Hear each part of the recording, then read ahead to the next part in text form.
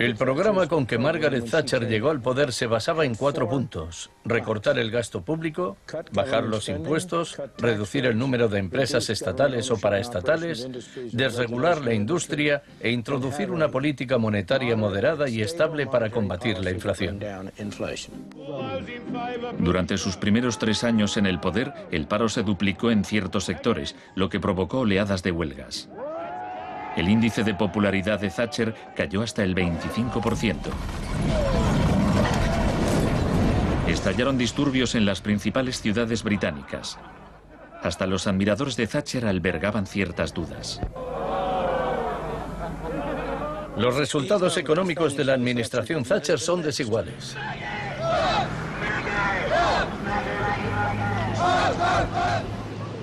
A quienes esperan ansiosos a que yo haga caso del eslogan favorito de los medios, dar vuelta atrás, solo puedo decirles una cosa: dad vuelta atrás vosotros si queréis.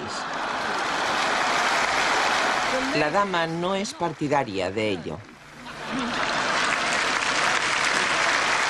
Friedrich von Hayek instó a Thatcher a adoptar las políticas de shock económico de Pinochet. Ella replicó: en Gran Bretaña, con sus instituciones democráticas y su necesidad de un alto grado de consenso interno, algunas medidas tomadas en Chile son del todo inaceptables. La enorme impopularidad de Thatcher demostraba una vez más que el fundamentalismo del libre mercado era demasiado impopular y perjudicaba directamente a demasiada gente como para sobrevivir en un sistema democrático que requería el consentimiento de los gobernados, a diferencia de una dictadura militar.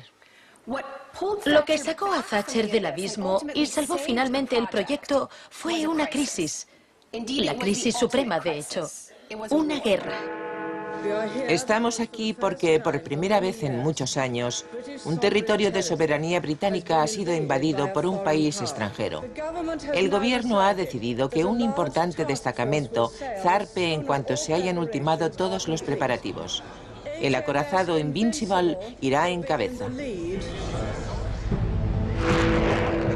La mayoría de los británicos ni siquiera había oído hablar de las Malvinas, pero cuando Argentina invadió el pequeño archipiélago a miles de kilómetros de distancia, en el Atlántico Sur, Thatcher aprovechó la ocasión para hacer honor al apodo Dama de Hierro. Caballeros, me dicen que la bandera blanca ondea sobre Stanley. La guerra terminó menos de 3 meses después. Cuando las tropas regresaron al Reino Unido, las celebraciones patrióticas inundaron el país. Thatcher ganó las elecciones de 1983 por amplia mayoría. Esto le permitiría aplicar una forma de terapia de shock económico como la impuesta en Chile.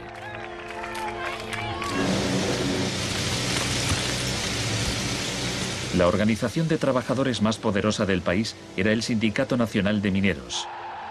Cuando la Junta Nacional del Carbón anunció el cierre de minas, los mineros declararon la huelga. Zonas del centro de Londres están paralizadas por miles de mineros y simpatizantes que se manifiestan por la ciudad en favor de la huelga de mineros, la más larga y feroz jamás vivida en Inglaterra desde 1926, así como la más costosa. La huelga duró casi un año. Thatcher empleó todos los medios a su disposición para acabar con el sindicato.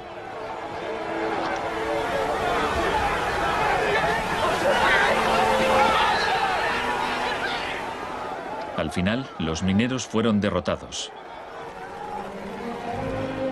Thatcher aprovechó esta victoria para implantar la revolución de la Escuela de Chicago en su país. Una serie de anuncios vistosos promocionaba un programa de privatizaciones masivas. Thatcher vendió la industria del acero, el agua, la electricidad, el gas, el teléfono, aerolíneas, el petróleo. Privatizó las viviendas públicas, salieron a concurso los servicios municipales. En 1986 se desregularon los servicios financieros y la banca. Se le llamó el Big Bang. No hace falta que le recuerde a ninguno de los presentes que el Big Bang es solo el principio. En el Reino Unido, antes de Thatcher, un gerente general ganaba 10 veces más que el empleado medio. En 2007 ganaba más de 100 veces más.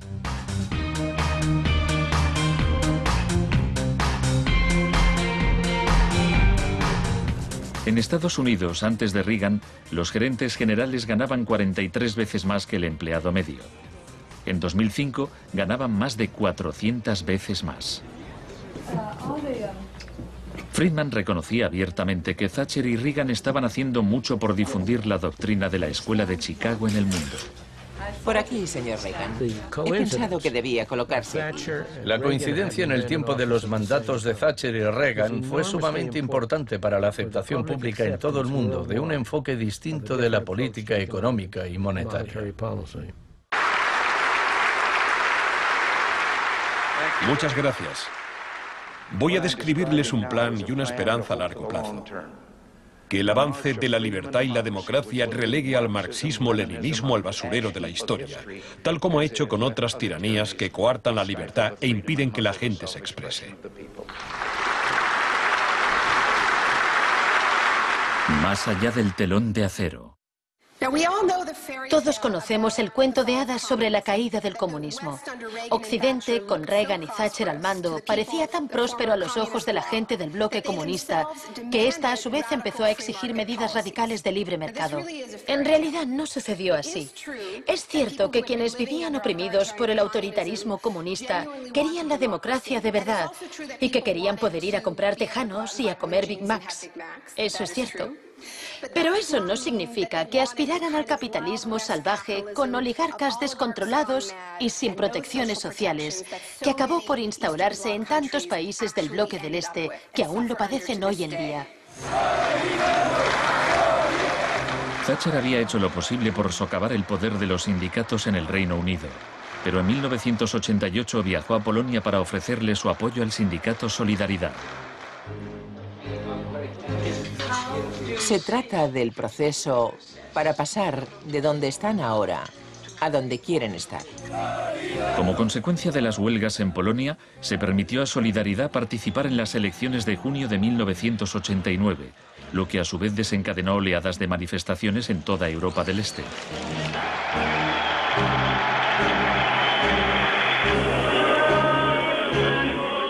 En épocas anteriores, la Unión Soviética había utilizado la fuerza para aplastar los movimientos democráticos.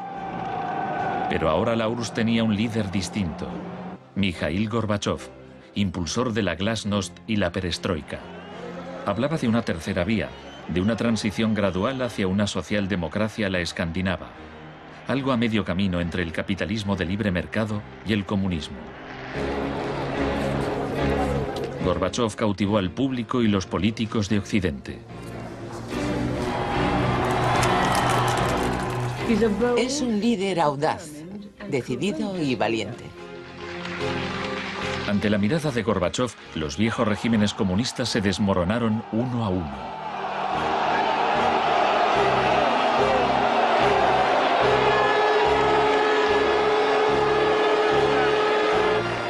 A finales de año, el símbolo más famoso de la división de Europa fue derribado.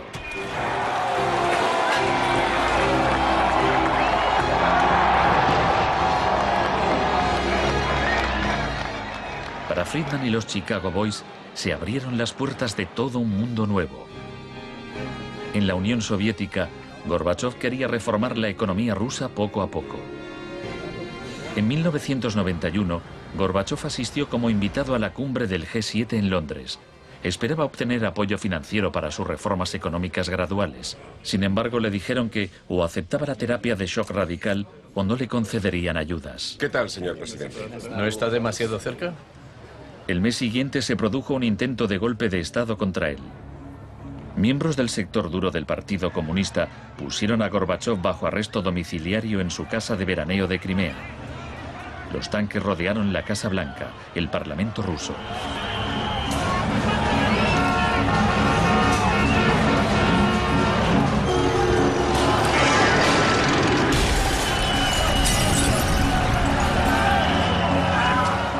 En el caos de los enfrentamientos callejeros, era evidente que, para reforzar su posición, el sector duro debía recurrir a la violencia.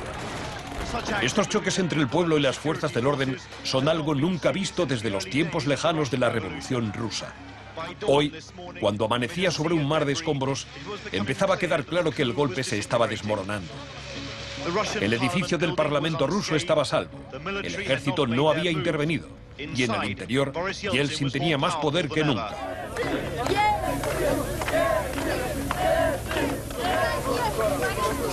Fue un momento estelar para Yeltsin.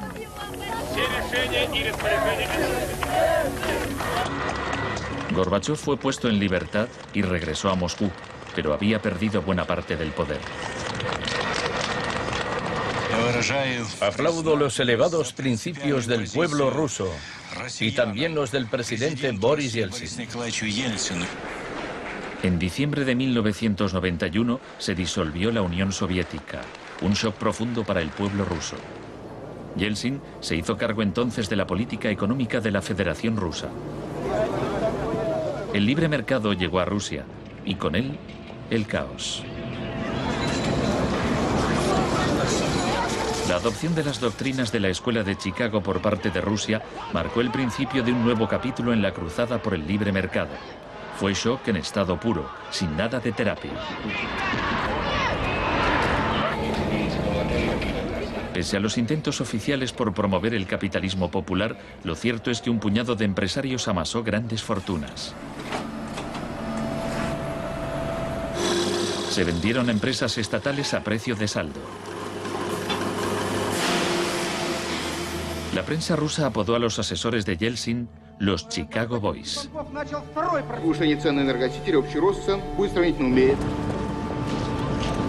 Gracias a la terapia de shock de Yeltsin, en 1992 los rusos consumían un 40% menos que en 1991. Un tercio de la población había caído en la pobreza y la gente tardaba meses en cobrar su sueldo.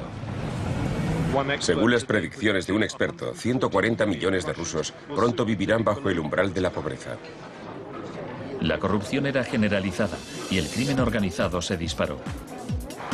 Moscú se convirtió en el nuevo salvaje oeste.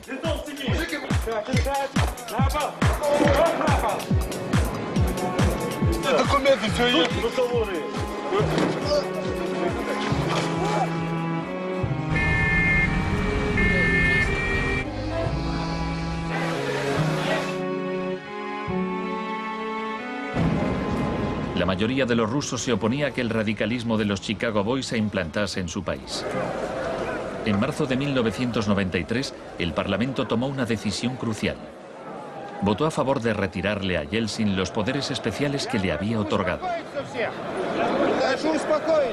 Yeltsin instauró un régimen especial. El Tribunal Constitucional lo declaró ilegal.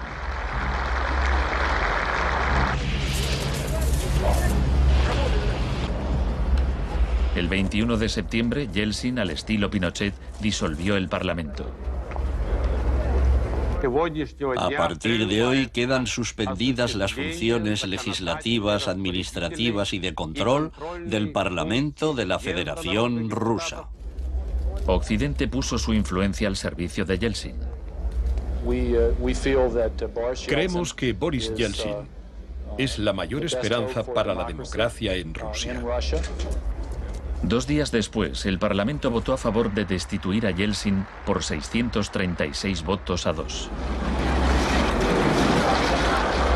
Miles de partidarios del Parlamento se congregaron frente a la Casa Blanca e intentaron tomar la televisión.